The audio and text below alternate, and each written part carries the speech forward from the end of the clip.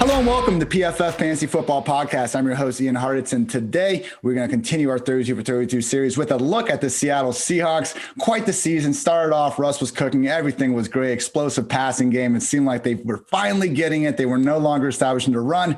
Things went south second half. Easy schedule. Seemed like they confused the masses. Run game got going. Defense got going. Then when they faced a real team in the playoffs, unfortunately, wild card exit later. But still a solid team. Whenever you got Russell Wilson at quarterback, and maybe not quite as far away from contention as some might think. Have a very special guest to join me to help break down their offseason preview. He is an NFL writer for The Athletic Seattle, a true pioneer in the analytics community, the computer cowboy himself, Ben Baldwin. You can follow on Twitter at Ben B. Baldwin. Ben, happy almost offseason recordings for Super Bowl, and thanks for your time, man. Yeah, thanks for having me. As you said, it really was a tale of two seasons for the Seahawks, so it's kind of hard to get your hands around exactly what this team is, especially since they traded away so many of their draft picks, so as we'll get to. So their hands are somewhat tied in terms of how much they can reshape the team over the offseason, but they still definitely have some work to do in order to try to get back to the top of the conference. Not too many draft picks. We got a small coaching carousel, but then Pete Carroll behind the whole thing saying he wants to run the ball even more. But it is what it is. We're going to start things off as usual with three team needs and get a quick gut feel round from Ben on some of his workload-related thoughts and things with a bold offseason take. So, Ben, what are your three offseason needs for the Seahawks ahead of this 2021 offseason?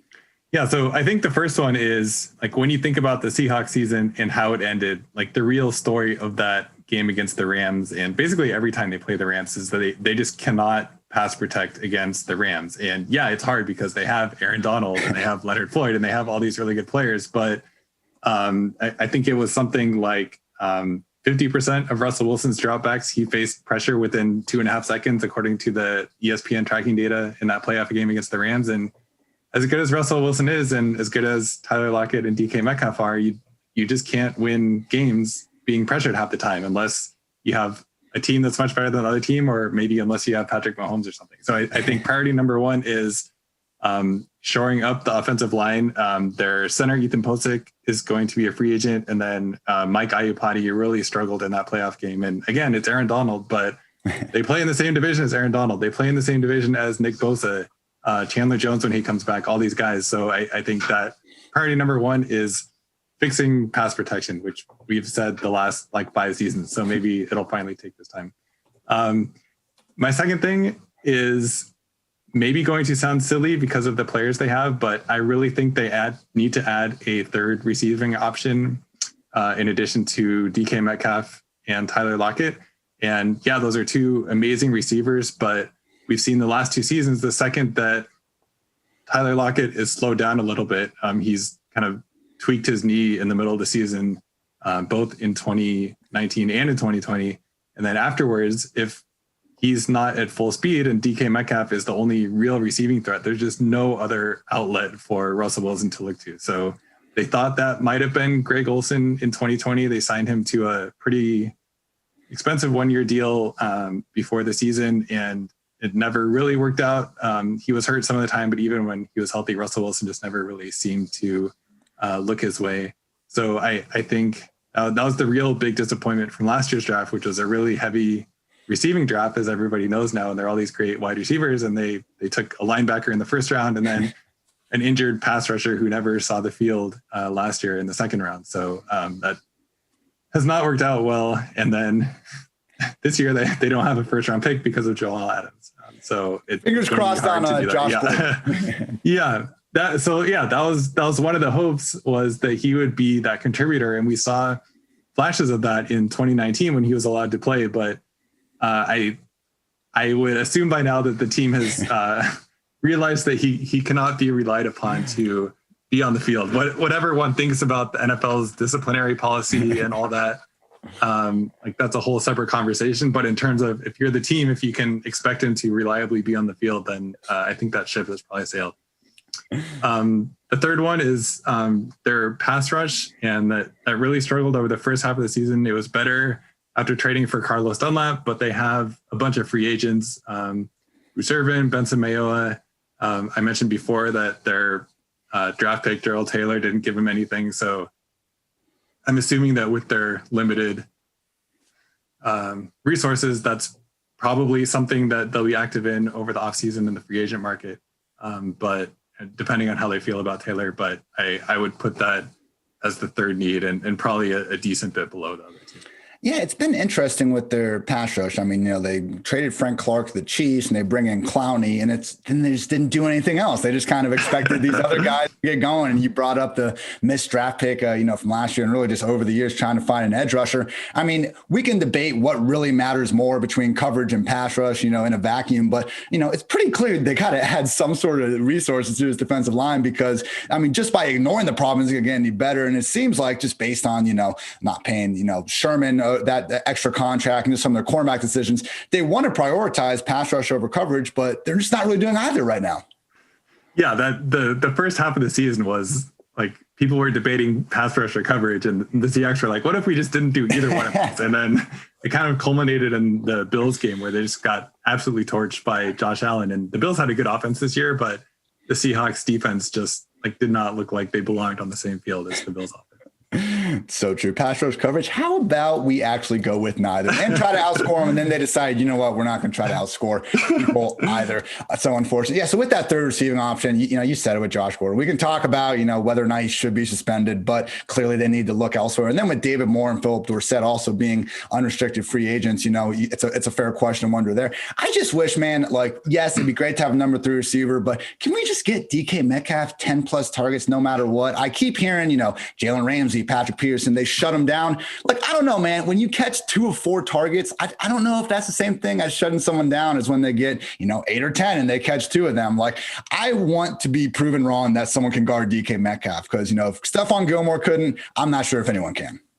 Yeah. And after the first Cardinals game, people thought that Patrick Peterson shut down DK Metcalf, but really what happened in that game was nobody on the Cardinals could guard Tyler Lockett because that was before he got hurt. And that was that game he had 200 receiving yards and 3 touchdowns. And then the second game was after Lockett got hurt. And going into the game, people were like, well, if Peterson shuts down Metcalf and Lockett is hurt, then what are the Seahawks going to do? But Metcalf actually went off in that game. Yeah. So I think there definitely is something to that where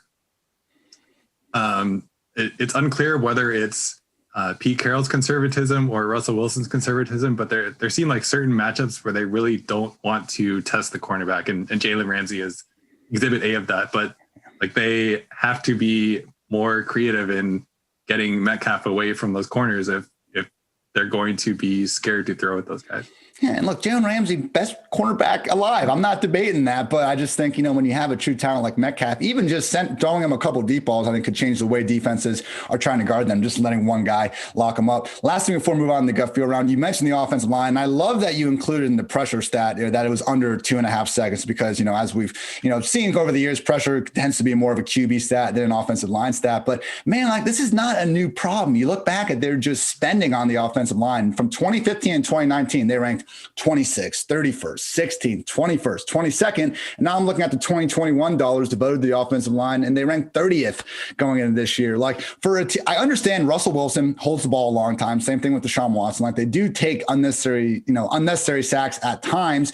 But even if the Seahawks want to run the ball, I just don't understand why they haven't invested more resources to the offensive line, whether you want to run or whether you want to really build around Russ. This seems like it's been a gaping hole for literally the last half decade. Yeah, pretty much the entire time Wilson has been there. For a long time, they had Tom Cable as their offensive line coach, and it really seemed like their philosophy was we're going to trust Cable to coach these guys up, whether it's late round picks or defensive line converts or whatever they were throwing at him. And their offensive line was constantly really bad. And Seahawks fans thought that Tom Cable was just a terrible offensive line coach. But I think looking back now that the Raiders have had pretty good offensive line play in Cable's tenure there. I think it really is, like you said, just a matter of investment where they traded a lot and are paying a lot to Dwayne Brown, the left tackle, who is very good and will hopefully continue that way, even though he's in his mid-30s now. But other than that, there's really not a lot of investment there. They have people they picked up in free agency for not that much. The one sort of bright spot is the right guard that they drafted last year, but he's more of a run blocker than a pass protector. So yes, like you said, Russell Wilson's always going to take a lot of sacks. He's always going to have a high pressure rate, and that's true. But even so, it still makes his job easier if he's getting pressured after 3 seconds or 4 seconds or 5 seconds rather than like getting beat right off the snap. It's just such a big difference in like the way he's able to go through progressions and try to find receivers. Yeah, I mean, because if you're getting pressured 3-4 seconds, you can either take the sack, you can try to force the ball into a place you don't want to force it because you're now under pressure, or just try to, completely throw it away. Like, not great options either way. At least someone like Russ, they have that extra, when they're not throwing away, when they are trying to make a play, you get sacked. And you also see some of the freaking gypsy magic that he's pulled off over the years, particularly with Lockett. So I know it's annoying when you see these 5-6 sack games sometimes, but obviously there's been a method to Russ's madness over the year. Great stuff. Again, everyone, those 3 team needs were the offensive line, getting a third receiving option, and getting the pass rush. Now we're going to move on to our gut feel round. Ben and I are recording this on February 4th. So, always could be a trade that changes things, but just want to get your thoughts as things stand right now, Ben. And we'll start off with some of these coaching changes we talked about briefly at the beginning, because Pete Carroll has already come out and said his goal in 2021 will be establishing the run. We got Shane Waldron in as the new man in charge of running the offense. Are you at all optimistic that this unit will put the game in Russ's hands, or should we listen to Pete Carroll and expect this team to again become one of the most run-heavy offenses in the league? So I think it's probably not as bad as some fans / fantasy people who want the Seahawks to throw a lot are fearing. Pete Carroll, like even before the games when they were very pass heavy this past season, came out talking about how much he wanted to run the ball and how important the running the ball is. So like he's always going to say that. And sometimes when he says that, they really do run the ball a lot, and sometimes they don't. So yes, firing is the wrong word, but parting ways with Brian Schottenheimer because Schottenheimer was not conservative enough is definitely a red flag. But in terms of like all the different offensive directions that could have gone for offensive coordinator, like it's so much less bad than I feared. And it seems like McVay and those guys in that tree, like they do value the run game, and they value it perhaps as a way to set up play action more than like inherently valuing rush attempts like Carroll does. So that's like, if you're going to run the ball and emphasize the run, I think that's like the least painful way to do it. And maybe I'll be very burned and disappointed when the season starts, but I was expecting like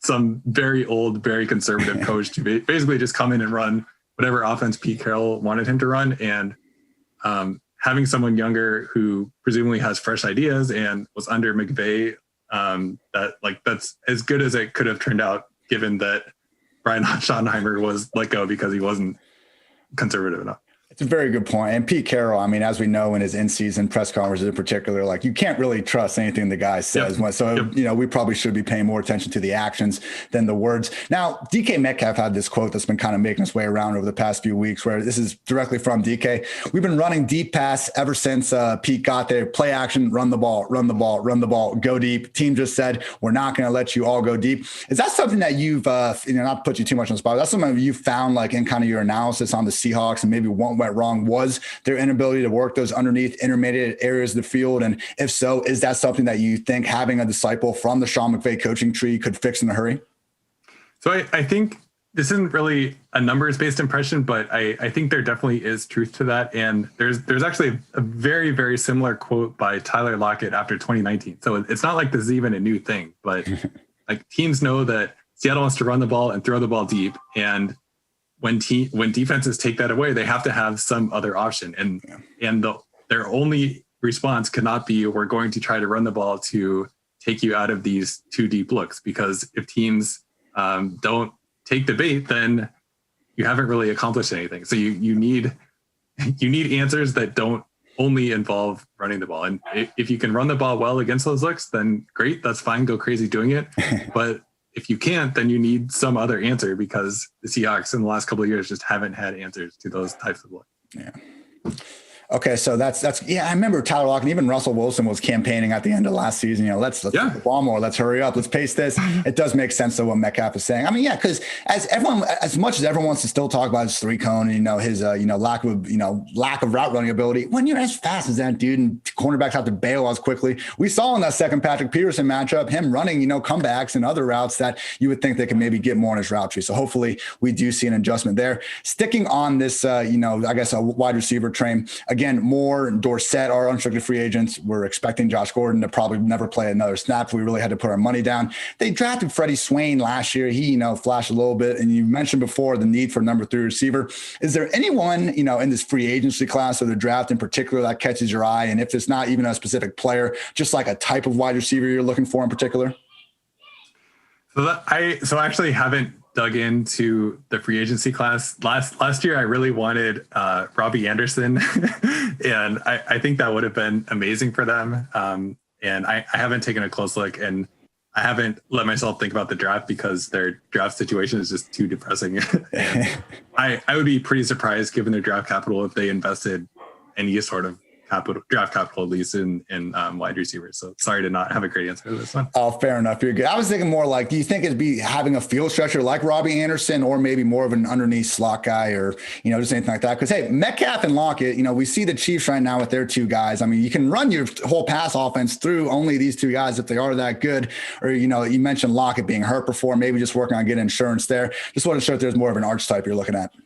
Yeah, if we were drawing the Chiefs parallel, like the guy they're really missing is a Travis Kelce. So maybe I shouldn't even be saying wide receiver, but like they need somebody who can work underneath the Russell Wilson trust. And we thought that was going to be Greg Olsen. And there were a lot of times where Olsen was open and Wilson looked at him and just did not throw to him. So I don't know if it's a question of Wilson being comfortable in those areas of the field, or like what the issue is. Like maybe there really is something to the height thing. And that's the one instance where he really is affected, but like that's the type of player and the type of area of the field they need to be able to attack more than they have been, I think. I love when people talk about Travis Kelce and they try to say, oh, he's a wide receiver as some sort of insult to imply he's soft. If you call Travis Kelce a wide receiver, you're saying in a meme way that he's underpaid, because the fact that dude puts up that much production and, is still being called a tight end, is being paid like a tight end. It's insane to me. I see why Jimmy Graham, threw a rifle fit back in 2013, trying to get the franchise tag as a wide receiver instead of a tight end. Just another thing about the NFL salary cap that to me makes very little sense in how they do that. But, we can talk much more about that another day. Want to round out the offense with the running back position. And before you just say it doesn't matter, I just want to try to get your thoughts on a few of these guys. I know my employer certainly loves to beat that drum whenever they can, because Carlos Hyde, Chris Carson, I want to hear your thoughts on if you think either of them could come back on a team-friendly deal. And if not, are we looking at Rashad Penny finally getting a chance? Because, it's been rough for him to stay healthy. I get it. But in the few times he's been on the field, he's looked pretty good. Yeah, he had some flashes before he got hurt in 2019. This is Penny. And then unfortunately tore his ACL late in the season and never really looked the same again. But my understanding is that this is normal for ACL tears where you're not really at full strength the first season back. So it would not surprise me at all if Rashad Penny lead back was a thing next year. If I had to guess with no inside information, I would guess that Chris Carson would get priced out of their market.